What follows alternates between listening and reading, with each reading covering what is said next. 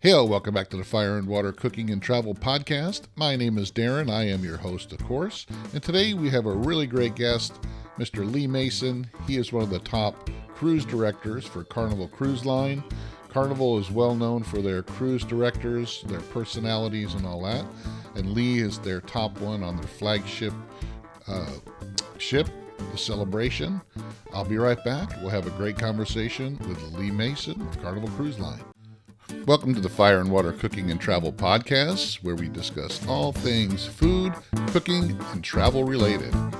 Join us as we discuss all different types of cooking methods, cooking styles, all different types of food and restaurants. And of course, we'll talk about travel as it relates to foodie travel, like cruises, all different kinds of food tours, and all that. We'll have on special guests to talk about cooking methods and cooking styles, and also travel. Make sure you subscribe, follow us on Facebook, Instagram, and YouTube. Welcome back to the Fire and Water Cooking and Travel Podcast. I am Darren. I am your host, of course.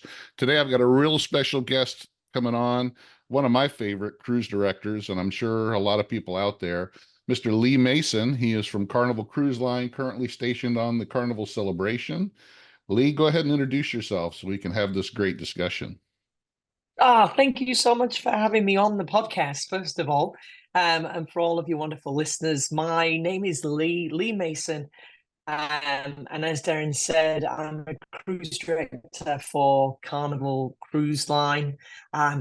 37 years young, and as you can probably tell from the accent, I come from England, over in the United Kingdom, the northwest of England, a tiny little town by the Lake District, a beautiful region of the country. And my town is most notable for making nuclear submarines. I wasn't very good at that, so I had to leave. So you couldn't build nuclear submarines, so you had to get on a ship and head out. That was it. I wasn't allowed under the water, so I had to go to the surface. And I've been working for Carnival for 8 years. I've been working at sea for maybe 12, 13 years. I started out on a small British cruise line with ships that carried maybe 400, 500 guests. We traveled the world. We cruised the Amazon River. We went to Australia, Canada, Iceland, the Norwegian fjords, sailing from the UK, from domestic home ports in the UK. So those cruises were like 37 to 52 nights long. They were real voyages, real adventures. And then I moved over to Carnival in 2016, and I haven't really looked back. The ships have got bigger and newer, with all sorts of features and amenities, and it's a really exciting place to be. So when you first started, what cruise line was that? Is it still around or?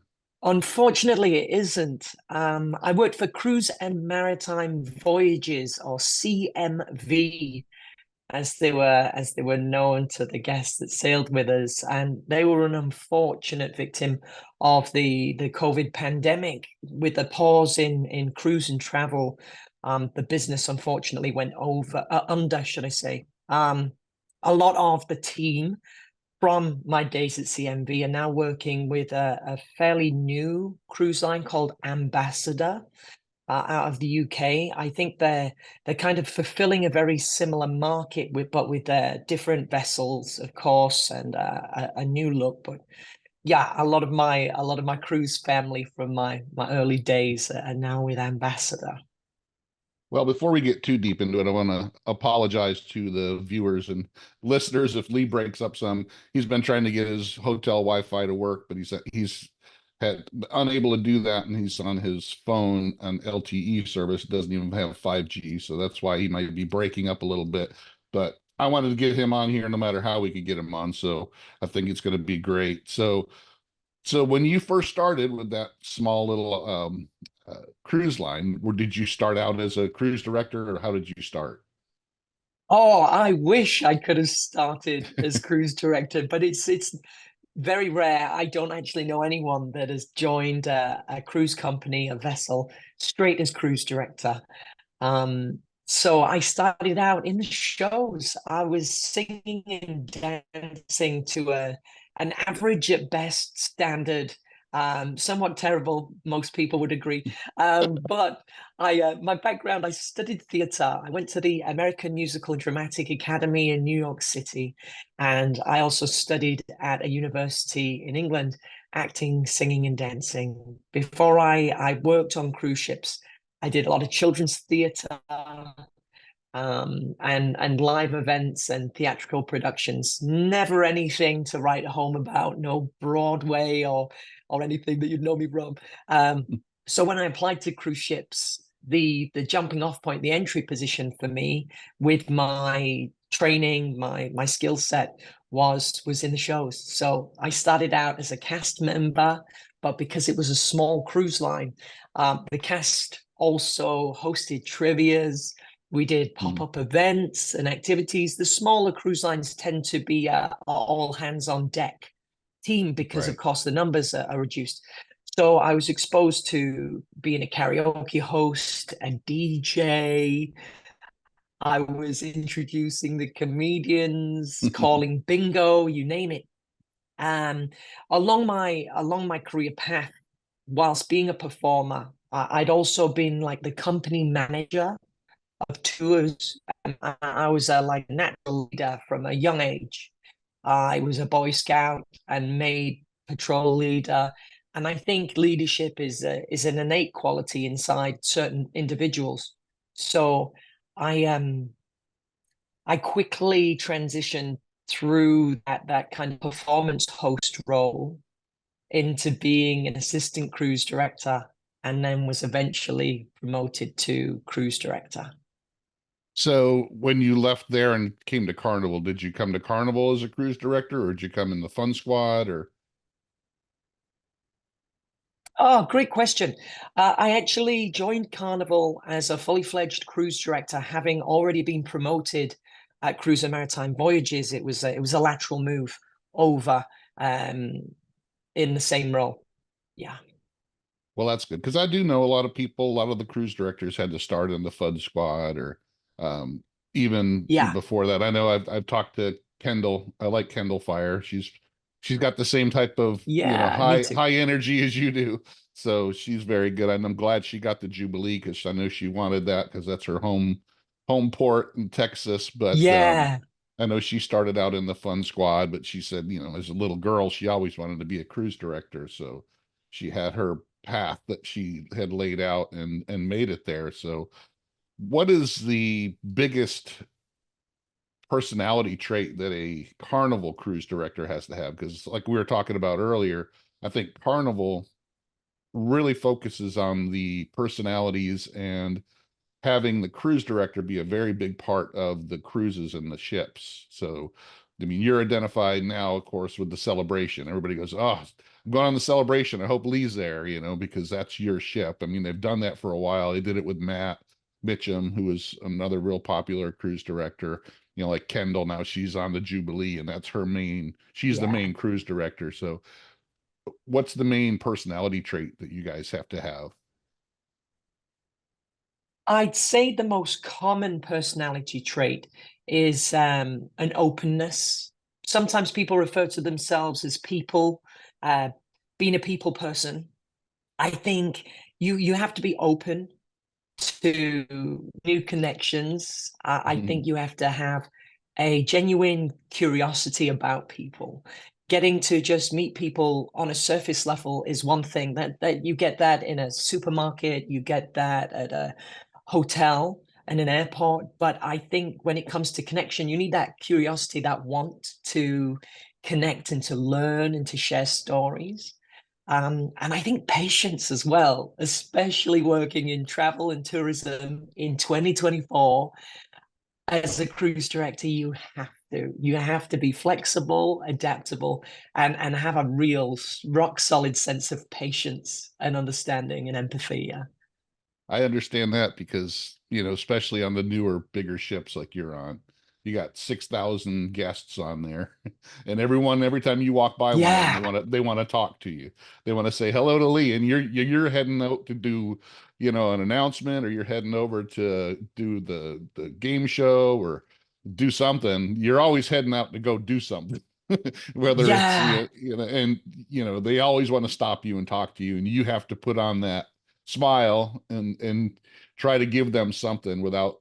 You don't want to be standoffish, you don't want to blow them off, but you always got to be happy. And that's one of the things I've noticed about all of the Carnival uh, cruise directors. They don't ever blow anybody off or say, I'm busy, I got to go. It's more of, I'll get back to you. I really want to talk to you. It's good to see you. And they do remember a lot of people's names. I was kind of surprised at that. So, I mean, yeah. you guys got to have a good memory for sure. Well, you know what? Some people just stick with you. I think when there's been a genuine connection that's been made, uh, people just stick. Our cabin stewards or stateroom attendants, as we now call them, and the bar staff and restaurant staff, they blow me away for their ability to not just remember people, but to remember things about them. I've had so many guests tell me that they'll return to a ship or they'll meet a team member from years ago that they sailed on a different vessel. They'll sit down at a bar, for example, and the bartender will be like, "Oh, Mr. Jeff, do you still drink a mojito or are you wanting something different?" Like, my brain does not have the capacity to remember that level of detail. I seldom remember what I had for breakfast yesterday, never mind what Jeff drank 4 years ago on the Carnival Miracle. Well, but I think you probably have that ability to, even if you don't remember somebody and they remember you, to go, "Oh yeah, I remember you." And so it's to make the people feel like that they're special and that you remember them, even if you may not. Because, like I said, I know I couldn't if I had 6,000 people every week coming through. It's hard to Yeah. remember that. One of my first, we cruised Carnival a lot, especially when my kids were younger. And one of our first cruise directors that we really connected with was Josh, Big Sexy. So I Oh, don't, yeah. and now he's he was our personal vacation planner for a while until I started doing travel agent. But I just remember I've had him on a couple ships when we were cruising, and he was one of the first ones to me that really stuck out, had that personality of, would stop and talk to you no matter what he was doing, would always make you feel like you were special. So, and I think that's just the way Yeah. all the Carnival cruise directors are like that. I don't think I've had one that has been standoffish or made me feel like they didn't give a crap, or or that they Oh, were I too love busy that. to talk to anybody. It's just it just seems to me that that's what, I don't know. Maybe they train you guys this or put you through some kind of intense, psychological profile to get Ah, that. But no. no, it's just your natural, and it comes out though. It does come out. Like I said, it does. I think that's what really separates Carnival cruise directors from even Princess and Holland America, and either the other lines that are part of Carnival Corporation don't have the same Mhm. cruise director mentality. I think it's a lot to do with the introduction of the entertainment director. I know Princess have adopted a similar model, but for the longest time, the cruise director was responsible for the entire entertainment department, including the clerical and administrative side of running the department. And it was around 2014, 2015, Carnival started their 2.0 entertainment product, which divided what was formerly the cruise director's role into two parts, the cruise director and the entertainment director. So now at Carnival, we have the head of the department, which is the entertainment director, running all of the meetings, doing a lot of the paperwork and the admin stuff, freeing up the cruise director to be the face and the ambassador of the guest experience, if you will.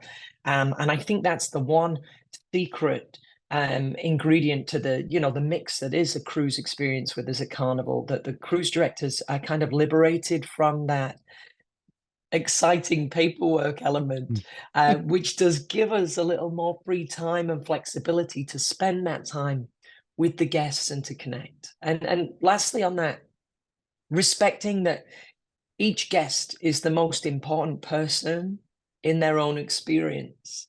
When I started cruising with my mum, when I was a teenager, we cruised with a different cruise line, and I won't say which one. But I was left feeling somewhat hollow after my first cruise experience because my mum and I just drifted the whole experience. And we never really had that connection with anyone, not just the cruise director. We just kind of, we felt like numbers, and we just kind of like, yeah, moved through the motions of the cruise. After that one, my second cruise was on a very small English cruise line, which is now Marella. It was formerly Thompson Cruises, a UK travel agency who would do package vacations. And the team on that ship was so embracing of the guests. And the cruise director, in fact, really struck up a connection with me. But beyond that, he treated my mom like an absolute queen. And it made such a difference. And my mom and I, we talk about that vacation to this day. And that's the magic, just recognizing, you said, making people feel like they're important. I think respecting that everybody is the most important person in their experience. Okay, maybe if they're a parent, it's their children are the most important person in their little bubble, but their family unit, they're there for their cruise. They're not there for a collective experience. They're not there for the cruise director or the entertainers. They're there for them. And I think as soon as you open your mind to that and respect that and honor the guest journey, that's when you start to really make that magic. Well, and that can overcome a lot of other problems that may come up on a cruise. Maybe they got a Yeah, bad meal, but still, yeah, I still like that Lee Mason guy. Made me feel good. They might have had bad weather, that happens. There's no way around that sometimes. yeah, Maybe they had to miss a port because of, they couldn't tender because of the weather or whatever, yeah, so you got to kick it into gear when something yeah. comes up. I mean, I've seen that happen where, all right, we're missing a port, but the cruise director now puts it into double time. All right, we got to make Yeah, these people happy because they're already mad. So in their mind, they're going, ah, crap, I really wanted to go to, this port, I wanted to go see this hmm, place. But so now you got to double up and go, all right, we're going to make these people really enjoy missing the port so they don't give us that bad survey at the end too, yeah. because it's It's not true. I always mean, easy. no, it's not, but like I said, it can make up a lot. I think a lot of times that extra personal touch from somebody, even if it's just the fun squad people, because it's not always a cruise director, but the cruise director has a big point, and a lot of the people that are under the cruise director will follow the cruise director's lead. So if you've Yeah, got a totally energetic, really fun, uh, friendly cruise director, the fun squad's going to be right behind them, and it's going to make your overall crew just that much better. So 100%. Setting the tone is so important. And for me, something that people don't always think about is um, personally, I put a big value on being relevant to the community that are cruising with us, and being recognizable, because in the event, and hopefully unlikely event of an emergency, the cruise director is the voice of the emergency response and instruction for the guests. And we have to not only provide information, but also a sense of reassurance and trust. And I think if you've been at that friendly face and personality around the ship, in the event that you have to turn around and say, okay, everybody, this is what I need you to do right now.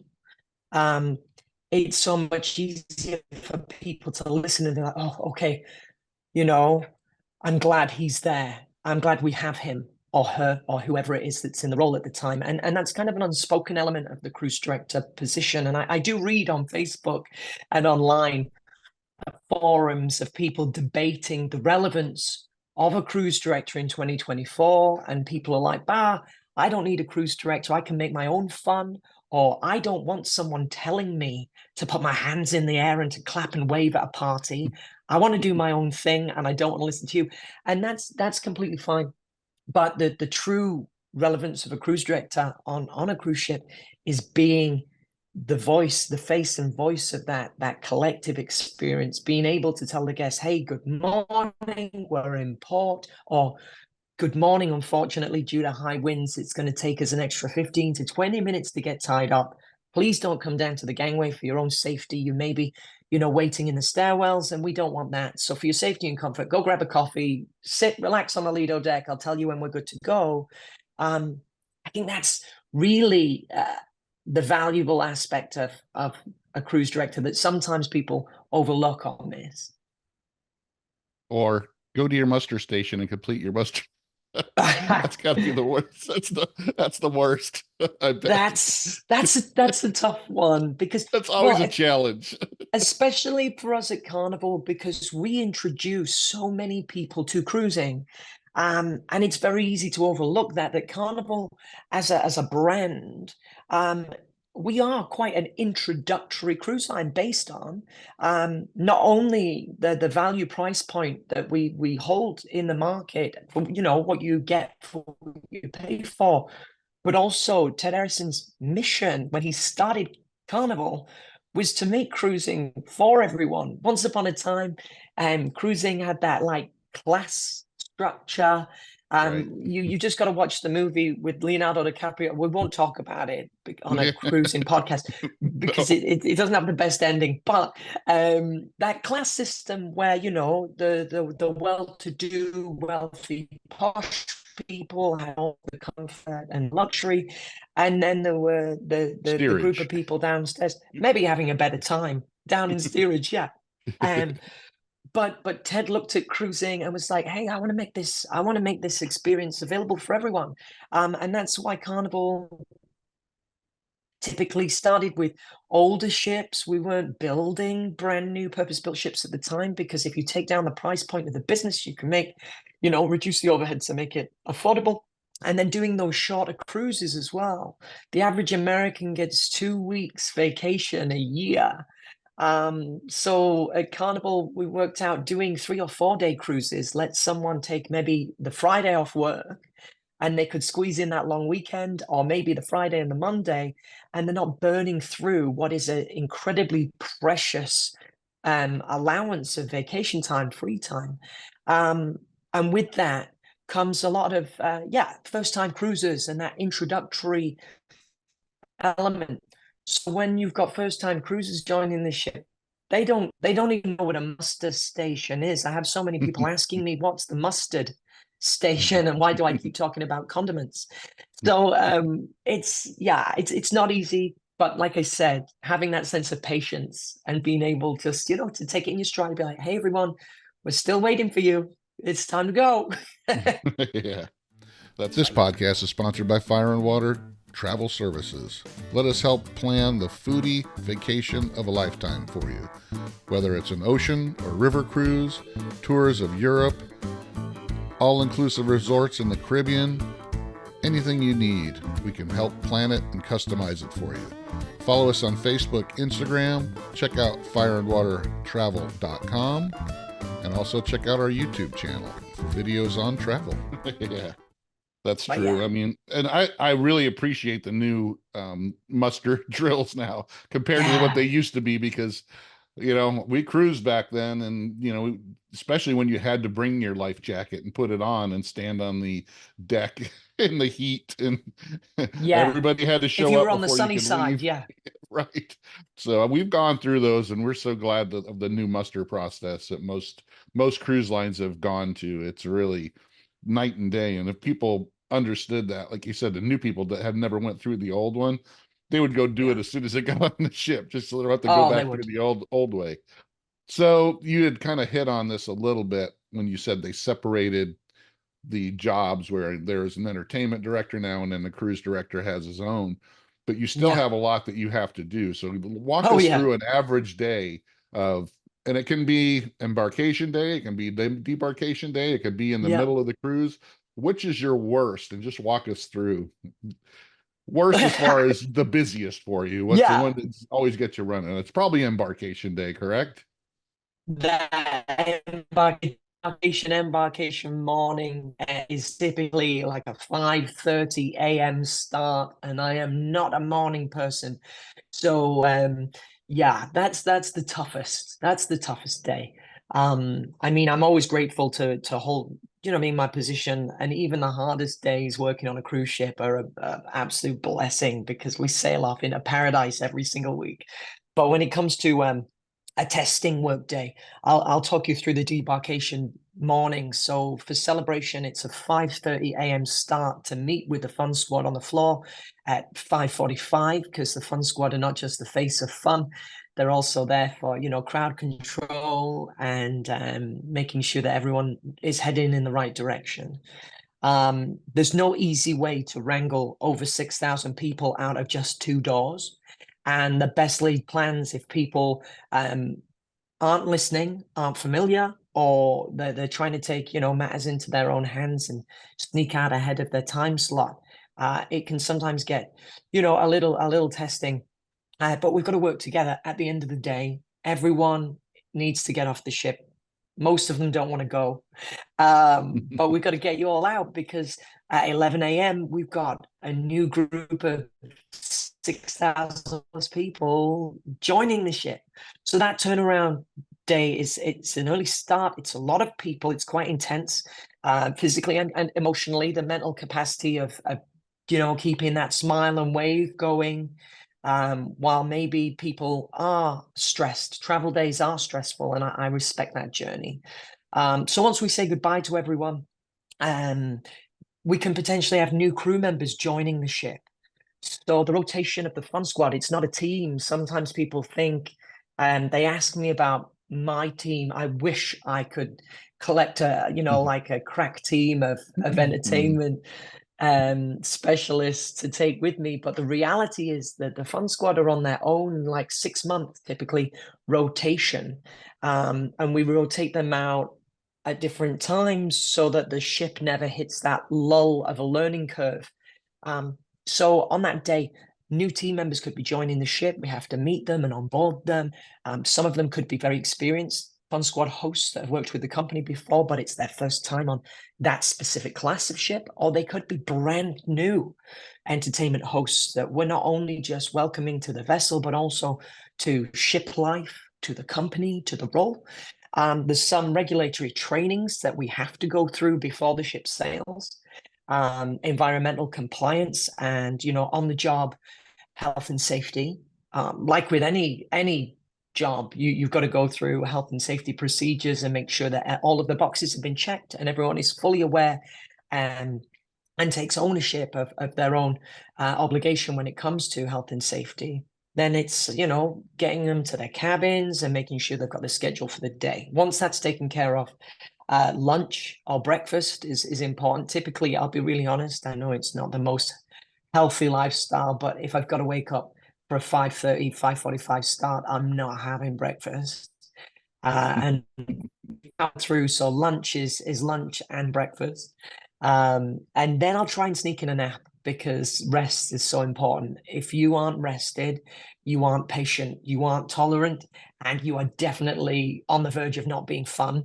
So naps, I've learned, imperative to giving your best and also survival, like long term through a contract. So a quick So, nap, then get so, up, freshen so up. what is the time frame of your nap? Because you got to time it right, I'm sure, because you got a lot Yeah, going on with getting the people off and getting the new people on, and then like yeah. you said, getting your new staff on, making sure everybody's on the staff side is set up. So where can you fit that nap in? Is it between 12 and 1? Is it between 1 and 2? Or Have you been watching me? Yeah, it's between no? 12 and 1. It's between 12 1 or 12:30, 1:30. At 1:30, we make the announcement to say that, you know, the cabins are prepared and that guests can go to their staterooms. So I'm trying my best to get my nap in that like 12 till 1, 12:30 till 1:30 window. During that time, one of the hosts, one of the fun squad are making the routine announcement saying, welcome on board, please go to your muster station, check in. Then at 1:30, I'll have woke up with a bit of time just to, warm my voice up and be human, to give a cheery welcome aboard to everyone and share with them the good news. Also sharing some advice like, hey, take this opportunity to lock in those shore excursions so you don't miss out. Go to the spa, because on embarkation day, the spa is often running tours and promotions, and they do a raffle for $500 worth of spa credit that you could, treat yourself to just by turning up and entering the raffle. So sharing a few tips. And then those announcements about checking in your master station are ringing through every 45 minutes to an hour. Then my next duty is to head up to the bridge to do the guest safety briefing. So that's for me, 3 o'clock for a 4 o'clock sail away departure. I'll be up there at 3 o'clock, hoping to start the briefing at around 3:30. But we do have, an obligation to make sure that everyone's on board, first of all, to make sure that embarkation has been completed so everyone hears that messaging, that we get as many people checked in at the muster station as possible.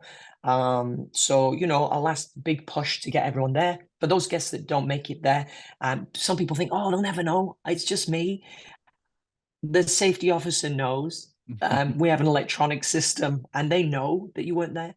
And there are procedures that are followed. Sometimes the guests are contacted. We have written information that is sent out, and you don't want your name on that naughty list, really. You're just starting out your relationship with a team on board that are looking after you. Like, just do your part. It takes 5 minutes. Well, I know So on some cruises they'll actually lock out their drink card so they can't even get a drink. yeah, locking out the drink cards. Or I remember when I worked on the Carnival Breeze, the staff captain made me read out cabin numbers and names of people to be There like, you call them hey, out by the name, yeah. yeah. The guests from cabin, blah, blah, blah. Mr. and Mrs. So-and-so, we're waiting for you at muster station A6. We'll see you there. Which, I mean, that's quite an intense way of getting people there. But ultimately, it's about safety. I know that's not like the pinnacle of fun, but it's about preparing for what we hope we'll never have to do. But you need to know where you're going. You need to know about checking in, so that we never have to do it, is my personal stance on that. So then, yeah, I'm up on the bridge. I do the guest safety briefing, which is scripted and standardized across the corporation with vessel-specific alterations along the way. Straight off the back of that, it's the sail away party, rush into the Lido deck, jump starting the fun with those classic party dances that everyone knows because they've been doing them for 4 million years. But it's tradition. And I tell people that say, oh, I wish we could do maybe a different line dance. Familiarity and comfort is so important. And in my 8 years at Carnival, I found that the most effective sail away party is through familiarity, breaking down that learning curve, or the need for teaching routines, and just being able to dive into stuff that people know lets everybody access it. Mhm. And that's what's important for the recipe for a successful party there. Also, not taking it too long. There's people, party animals, that are like, we need an hour, we need an hour and a half. I think the sweet spot is like 35 to 45 minutes. Everyone gets in, you can go, hard and fast at it. And then you don't exhaust people because it's the first day. Yeah. Like, travel days are exhausting anyway. We've got the pro DJ there to keep the party atmosphere going if you want to keep going. But I think as far as like the group fun goes, I think that 35 to 45 minute window is just perfect. After the sail away, I try to stick around for anyone, because we do have frequent cruisers that are like friends that are wanting to come and say, hi, I'm on board. It's great to see you again. Grab a couple of selfies.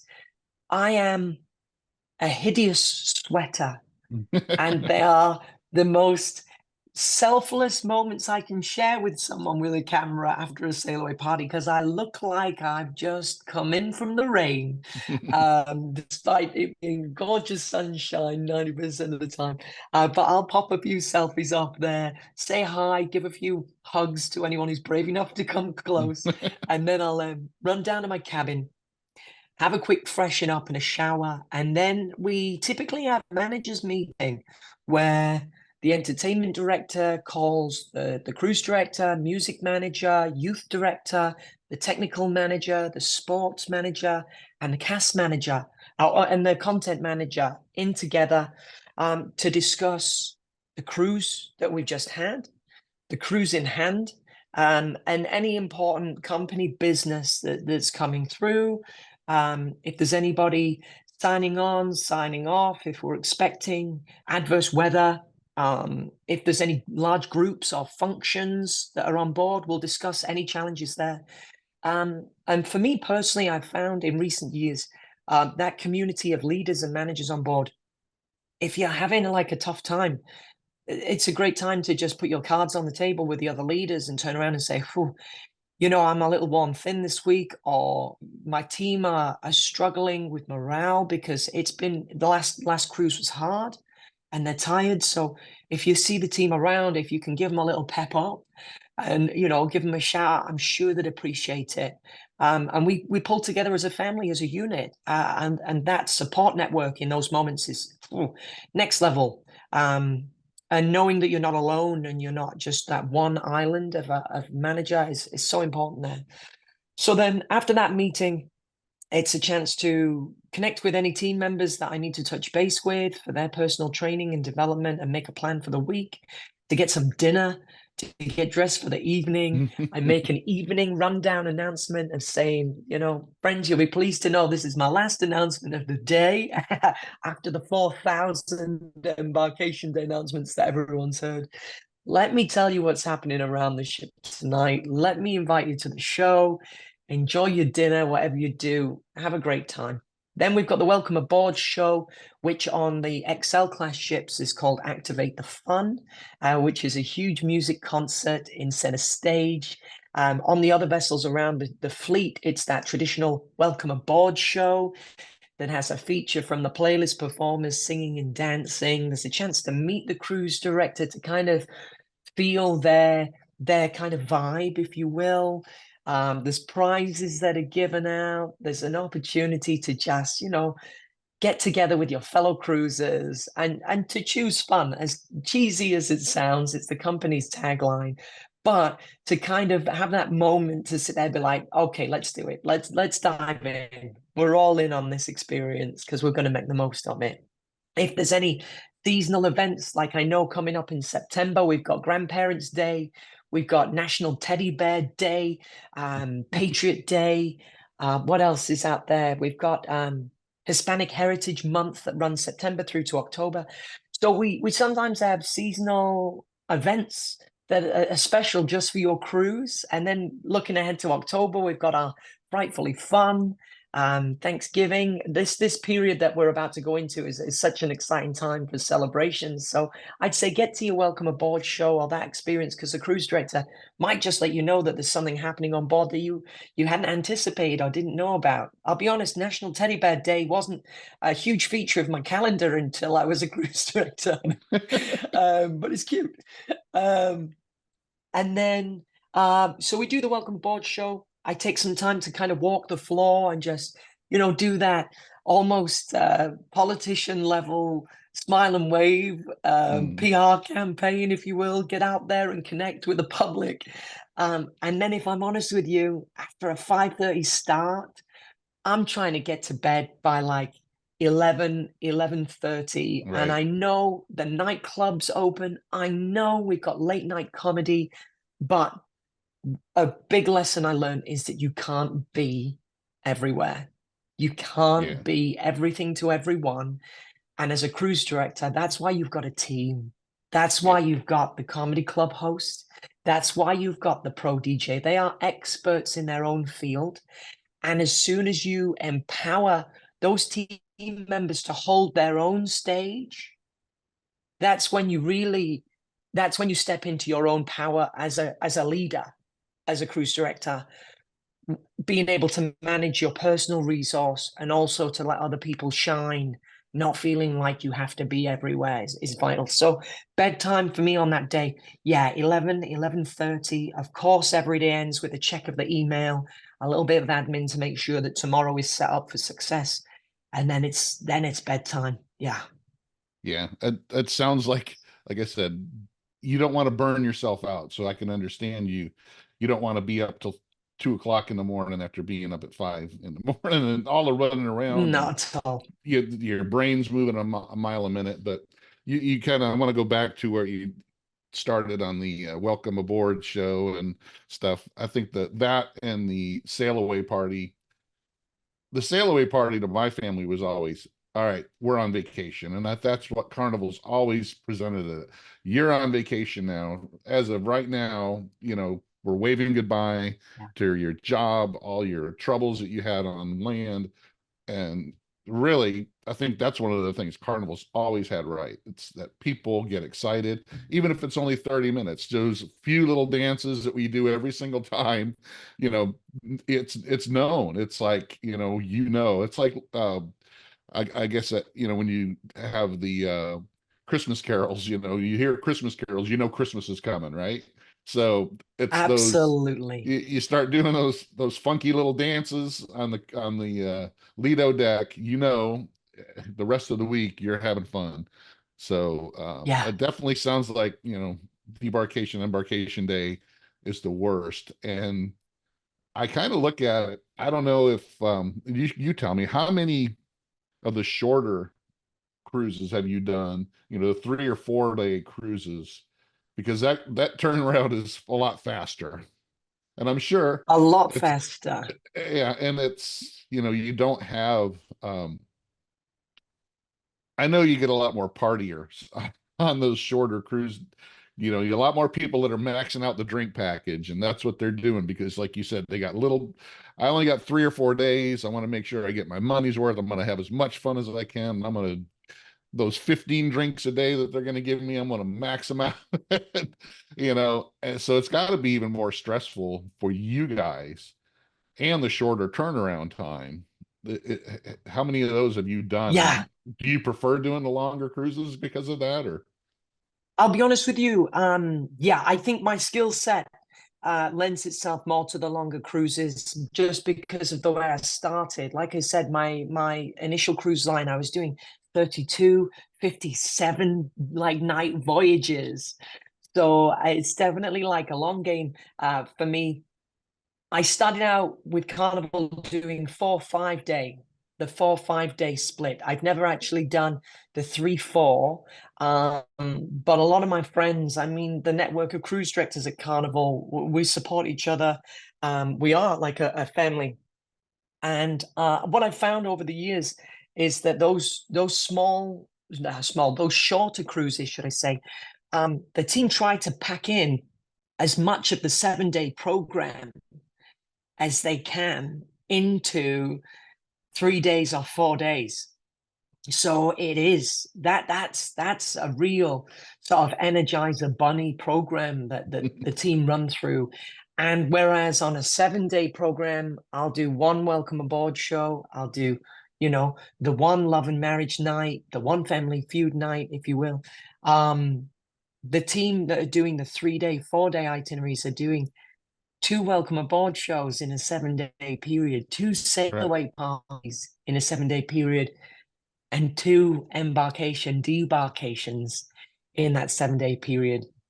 I think that's contributed to the recent adjustment in cruise director contract length. We used to do around 6 months on board, 6 to 8 occasionally, but now the team are doing 4 months on and 2 months off. And I think that's been a very welcome restructuring of our rotations on board for people's stamina and longevity. Also, a lot of our newer cruise directors find themselves starting in the 3 day, 4 day, or the 4 day, 5 day itineraries. And it's not because those ships are like a training wheel ship or that they don't deserve an experienced cruise director. It's not that at all. But from a practical developmental standpoint, you get to do those things twice a week. And Right. repetition Yeah. is the secret to success, right? Whether you're working out in the gym, whether you're baking cupcakes and muffins, the more you do something, the more you refine your technique, your method, your understanding, and you develop a sense of finesse. So a lot of our emerging cruise directors, a lot of our newer cruise directors start out on those shorter cruises, not for any other reason than they get to put the reps in. I Yeah. started out on the Carnival Valor doing 4-day, 5-day out of Port Canaveral. Then we repositioned to Galveston, Texas.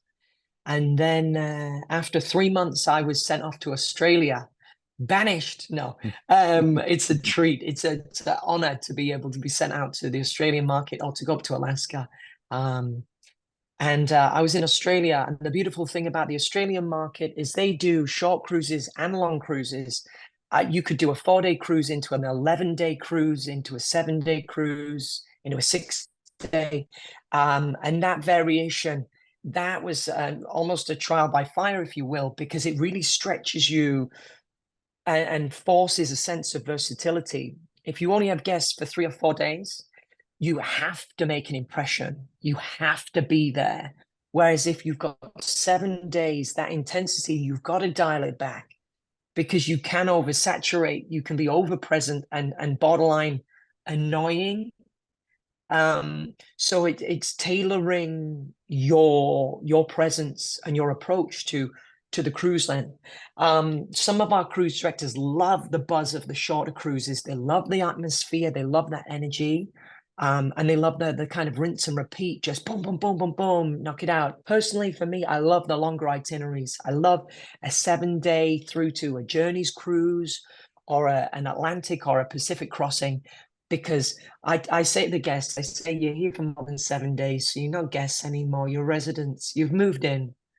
Yeah. And we can really dig in and get to know each other, and we can give a sense of rhythm and familiarity. It's nice. I like the longer cruises to really bed in and connect. Yeah. Hey, I all, it's personally Darren. I want to make sure you check out Fire and Water Cooking Edible Creations, Seasonings, and Sauces.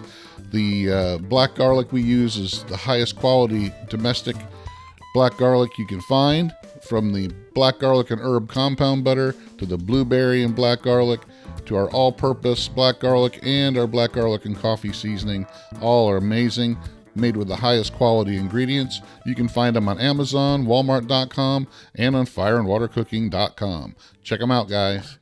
I personally like the longer cruises myself. We started out, of course, when the kids were younger, doing the shorter ones just to make sure the kids could like it and get used to it and all that. But I really don't like doing the shorter cruise now because I feel like I don't want to have to get off, so the longer I can stay on, the better. I haven't done any 2 weeks or anything longer.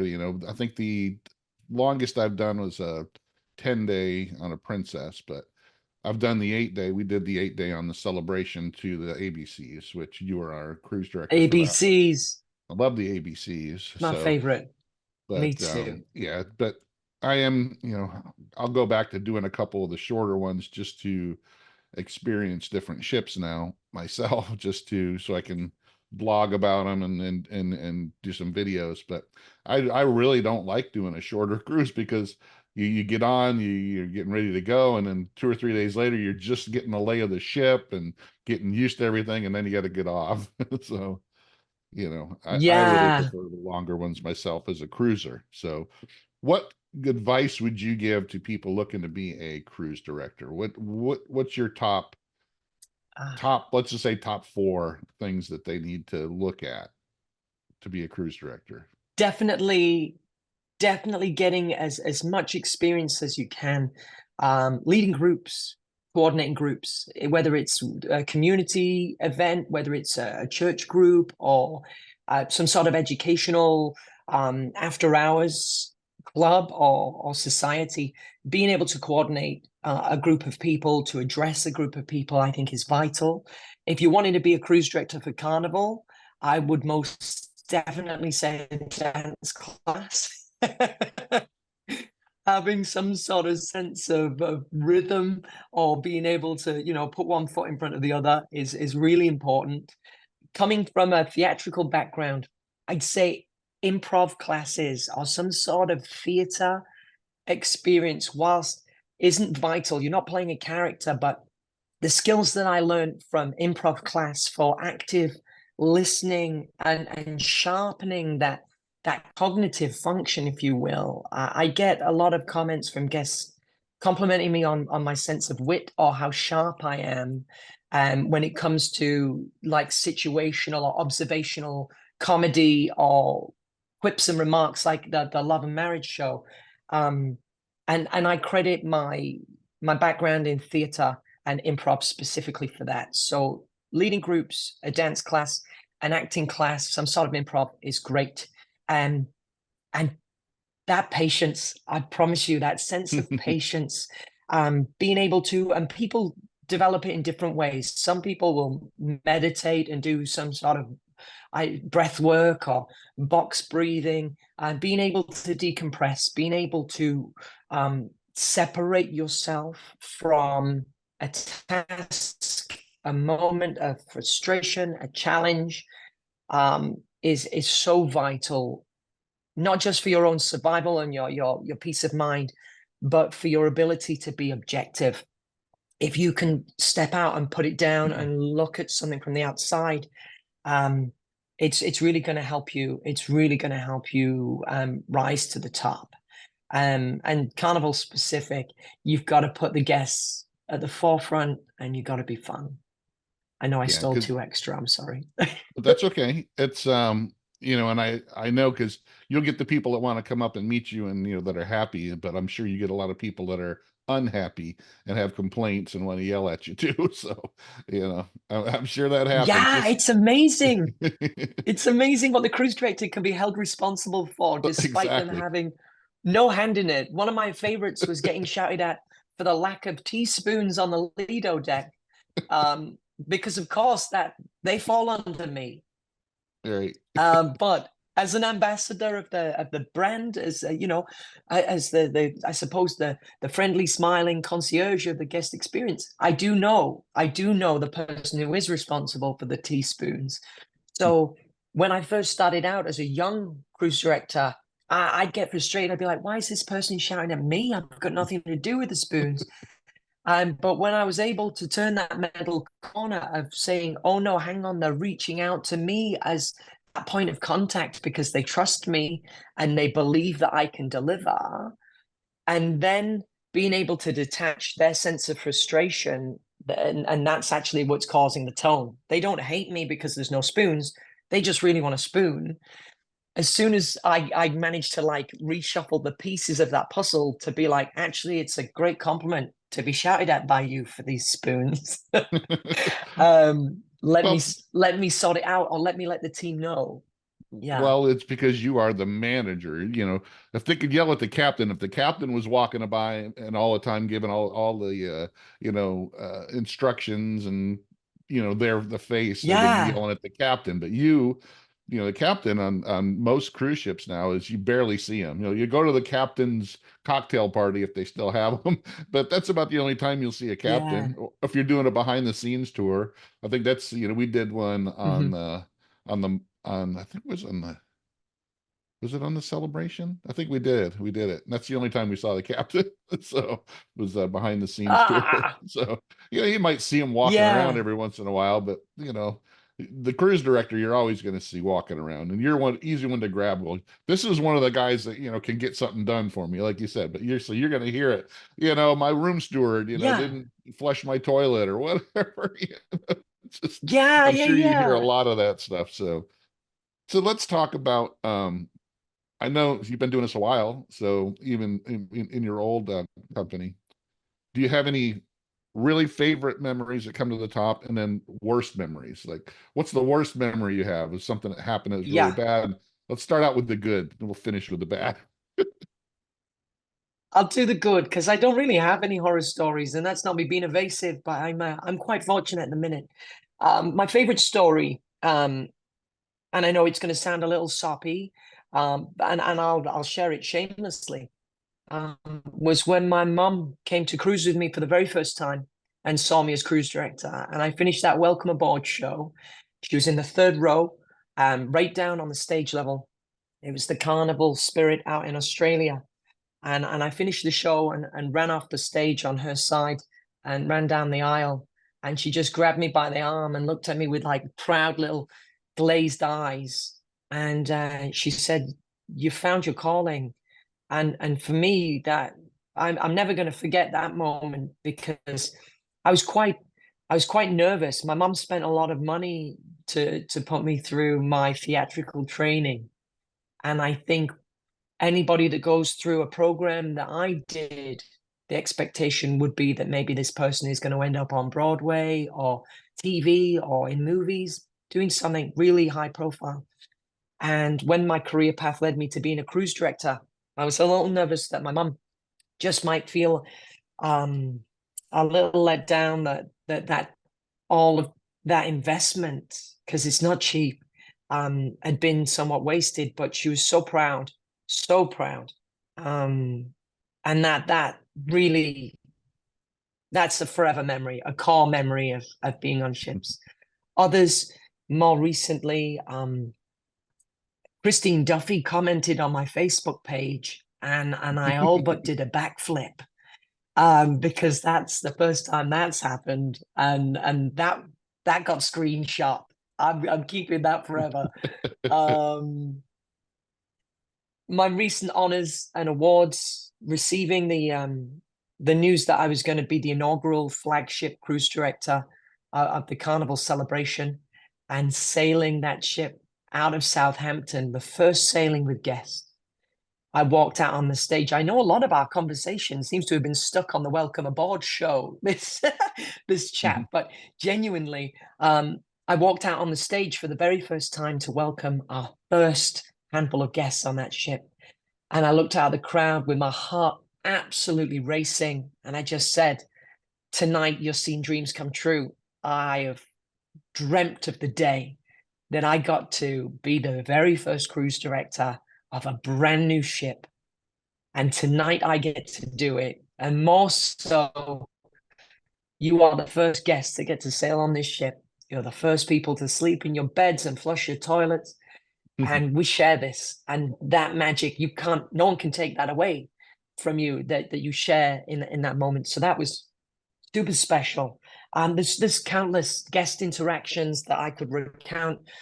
When it comes to my most challenging moments on a ship, I don't pretend to struggle to recount any. I think my hardest was dealing with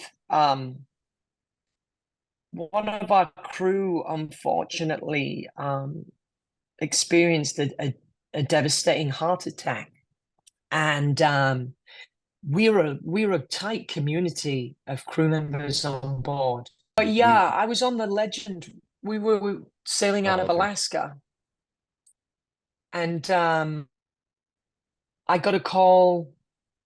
I was called to the bridge because we had to tell the guests that we were turning around, because it wasn't apparent that unfortunately the gentleman had passed. And I ran to the bridge, made the announcement to inform the guests that while we were sailing away, they would notice a change in the ship's direction. And it was because one of the crew members was in need of urgent medical care ashore.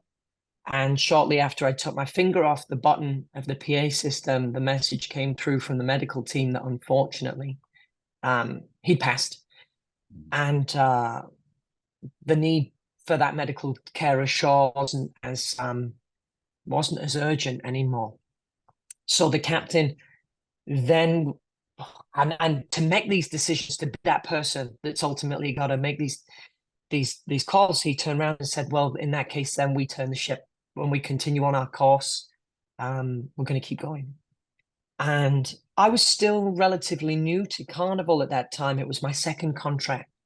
So I called the hotel director and I asked him, I said, "Sir, Captain said that we're actually not turning around, and I think the guests are going to be confused with the lack of information if I don't tell the guests that we're not going back." do you approve of me making the announcement to say that, I don't want to announce to the ship that someone's passed, because everyone's here for a great time and that news is going to go shipwide. But maybe I can make the announcement to just say that it's been deemed no longer necessary to return to port, and we're going to continue. I thought that was the most respectful way of wording it. And he said, you know what, Lee, I think that's a good call. Make the announcement. So I addressed the ship and said, Carnival Legend family, please disregard the information I shared with you. We are going to continue on our course. It's been deemed no longer necessary to seek that urgent medical care ashore. And I thought I'd said enough without saying it. But the better nature of people, I underestimated. And we had a lot of nurses. We had a lot of pastors and religious figures rushing to guest services with nothing but good intention, offering support if they could share it. And we were quite honestly inundated at guest services, and the hotel director said to me, Lee, the team are swamped with these good-natured people. I think you're going to have to explain why we haven't returned to port. And it's the only time in my career that I've had to make a ship-wide announcement to tell everybody that unfortunately we'd lost a crew member.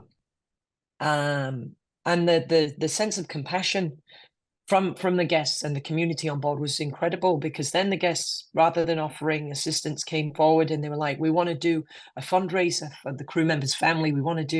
Can we make a book, a memory book that we can all write a sentiment and, thank him for his service to the ship and offer our condolences to his family. It was really emotional. It was really tough. And I think that is the hardest thing I've had to deal with on board. Well, I'm sorry I had to make you relive that memory. I'm sure it wasn't something. That's okay. It's always, and I've been on, I think when we were on Celebration, we had a couple times where we had cruisers had medical issues that you had to have them taken off the ship. I think we didn't have to stop or turn around. I think we got closer to one of the islands where they were able to get them off and stuff. But I'm sure that happens a lot, where you have people that have medical issues on the ship. It does. And it has to affect the cruises. So, and you got to try to handle it in the best way you can. It happens. I mean, it's real life. It's real life. People sometimes they step into a mentality that we're going to Never Neverland or Narnia or somewhere where everything is just sunshine and rainbows. But people get sick, people have accidents. The unexpected sometimes does happen. Recently on the Jubilee, I don't know if you saw, there was a lady that gave birth. Oh no, I didn't see that. So it's not just Yeah, it's not just bad things. It's good things. I didn't think they would let somebody on at 9 months. It's good things as well. They don't. But I don't know how she managed to be there. Maybe she was unaware that she was so far along, or I don't know. And it's not my place to judge or cast any speculation. What I do know is that a baby was delivered on the Jubilee, which is quite exciting. But it's real life. Things happen, and we've got to, I think, you've got to embrace life. You've got to embrace all of the elements of life. And I just rest assured that in the event of the unforeseen happening, we've got a wonderful medical staff on board. I mean, they've looked after me from everything from like a sniffle, a cough and cold, to giving me stitches. I had a very unfortunate fight with a statue once while I was trying to take a photograph, and the statue won. Wow. And the medical team stitched me up. I had a very interesting encounter with a pig out in one of our ports of call. I would love to tell you that it was some sort of like dramatic attack, but I managed to scrape my arm on the tooth of a pig. I wasn't mauled, I wasn't bit, but I managed to scrape my arm, grazing the skin on the tooth of a pig. And I was a little concerned just about hygiene and stuff. So I went to the medical center on board to just to get it cleaned and to get any necessary shot on medicine that I might need. And it's one of the wilder experiences of my life. But because I reported it, I ended up in a security report and became famous. So by the time next week to the navigational bridge, the ship staff captain was like, "Lee, I heard you were attacked by a pig." I'm like, this story got out of hand, so. I'm sure there's lots of stories you could sit here and talk about. And I don't want to keep you all day, but I want to thank you for sharing everything you Yeah. have shared with me so far. But I do want to touch on Carnival recently, in just the last couple of weeks, has made some really big announcements. Of Yeah. course, they're building a couple more ships. I know you don't have a whole lot of information. Even Oh, the yeah. top dogs don't. They know that they're building bigger ships, and they've got another Excel class ship coming that's in the lines of Celebration, Mardi Gras, and Jubilee that'll be coming. But and also Celebration Key. I'm looking forward to that. I'm actually cruising, not on the Celebration, but cruising on the Vista next July for my daughter's graduation cruise, but we're going to Celebration Key, not too long after it opens. So we're really looking forward to that stuff that's coming from Carnival. So with those new ships coming and all this other new stuff coming for Carnival, does that create a lot more opportunities for cruise directors to get more people that are waiting in Oh, the yeah. wings and all that? Do you plan on Yeah. getting on one of the newer, bigger ships? Do you think that that's what your goal is? If you want to get on one of those new, bigger than the Excel class, or are you happy where you're at? That's a little that's quite the ambition. It's also a little way off, right? So who knows? Who knows? I have a very ambitious personality. I've always been looking at like what's next, how can I grow? So that would be a huge honor and an incredible challenge. But those ships, I think we've got two XL class ships coming out. Um, and then the first one being 2027. Um, and then 2029, I think the class of ship that is bigger than the XL class ships is penned for 2030, 2031, I think. Um, so being really, really honest with you, I'm 37 now, so I'd be like well into my 40s. Um, by the Hey, time I'm that ship 60, comes so out, don't and don't I'm don't pretty act out like sure there's that's going to be old. someone. No, no, no. I'm not suggesting that I'm going to be old, but what I am suggesting is that there's going to be someone younger, more vibrant, full of energy that's going to come through and probably carry that torch if I'm being a realist. But the addition of the new ships does make more opportunities. Right now, we've got 27 ships on the water, with a team of close to 40 cruise directors in the schedule. A lot of emerging talent. But as with any job, I mean, I had this conversation with one of our guests on Facebook the other day that guests do notice that people move on, right? People move on. Chris Williams was one of our wonderful former cruise directors and notable fleet cruise director, decided to step away and to prioritize his family. And there was a person on Facebook being like, I wonder why there's so many directors that have left recently. And I just chimed in and said, there's no conspiracy there, but we mature and grow, and there's career development opportunities or other life priorities come through, much like the cast of a TV show, like a long running sitcom. The initial family, the kids mature into their 20s and 30s, and then it becomes about them and their families. Or like a sports team, your favorite basketball player or quarterback will mature through the game, and there'll be rising stars that come through. There is that natural attrition, if you will. Yeah. So the circle of life, if you will, by the time we get to like 2030, 2031, I think there's probably someone else going to be taking that honor. But maybe I could be in a position to support them. Perhaps I could be one of our fleet cruise directors, or even people ask a lot about my ambition to fulfill like a company, a brand ambassador type role. We've got John Heald right now, who's a former cruise director, who's been with this company for as long as I've been alive, which I have the utmost respect for. And people say, Lee, you know, your commitment to your online presence, your passion for our product, and I guess, is that something you'd like to do? And I make no secret, I am not trying to bump John out of his position or, you know, start any sort of a coup. But one day, if he decides that, you know, the time has come for him to, you know, abdicate his throne, if you will, I would be very keen to. I don't think you could replace him, but I'd love to work in a somewhat parallel position or adjacent role Right. to fulfill a similar purpose. And hey, maybe by 2030, 2031, that Well, he's dream not going might to be a reality. he's not going to want to do it forever. One of the ones though I thought maybe left a little too soon was Matt, because I think Matt was he went out on top. So you He know, did. you know, I was kind of shocked that he went out. There was nobody said, "Oh, you know, what happened to Matt? Did he do something wrong?" It was more of he just said, "Hey, I'm It was burnt that out. pandemic.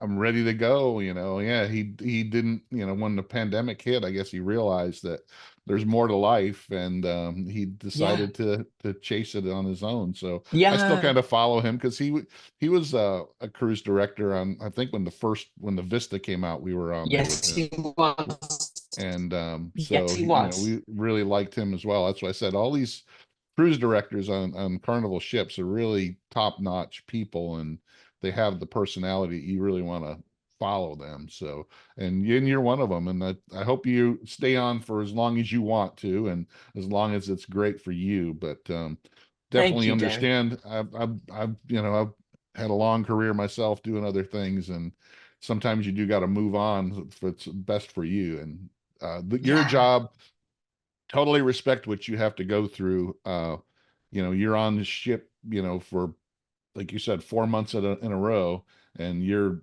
constantly Hmm. moving. You don't get a whole lot of time off. You may get a couple hours in port, you know, a couple days Yeah, during the cruise, but that's about it for you. You're running and gunning. And I know you got a girlfriend now, and then, you know, sometimes I think that's what happened to Big Sexy. You know, he had a kid and said, "Look, I don't want to be on babies, the ship anymore," you know. So now he's one of the top, you know, personal vacation planners for PVPs. Carnival. So, but he does a really Yeah, great job with that. And he takes that, what he learned being a cruise director, and has built his portfolio of customers that he constantly works. And I think it's, you know, a great company to be able to do that with. And I've seen that. I really. want people to know that they can follow you on Facebook and Instagram and on YouTube. You have your own YouTube channel. Everything is Lee, your cruise director. And I'll put links to that That's in right. the description down below.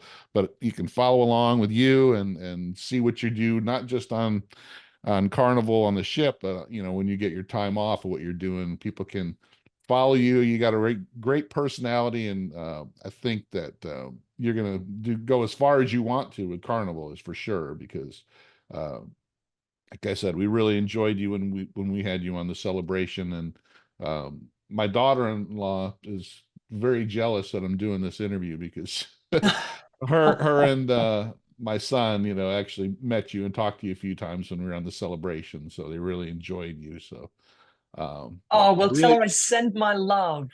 yeah, I know. She's, like I said, she's going to be really jealous because she probably wouldn't want to do this podcast. So, but I want to thank you for taking the time, and I really appreciate it. And you know, I'm one of the people that really appreciate the cruise directors on Carnival, because I think they really make or break that cruise line a lot of times. Ah, Because, you know, the people that don't get it, you know, they're never going to get it no matter what. They can there's never nobody's ever happy with every cruise line. You know, you got, you know, no. people that you know, they don't like Princess, you know, they don't like this, they don't like that.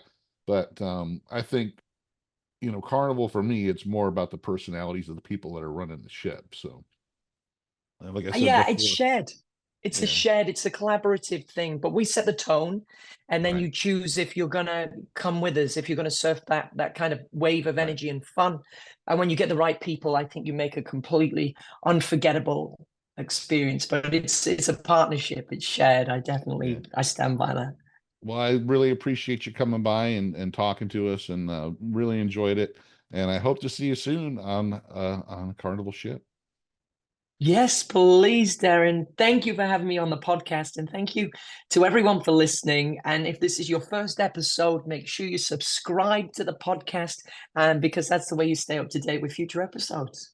Yeah, and make sure you subscribe to all Lee's stuff. Lee, your cruise director, just go plug that into Google, and all his social medias will pop up, I'm sure. So thanks again, Hey, Lee. I really appreciate it. Thanks again. thank you, Darren. Thank you.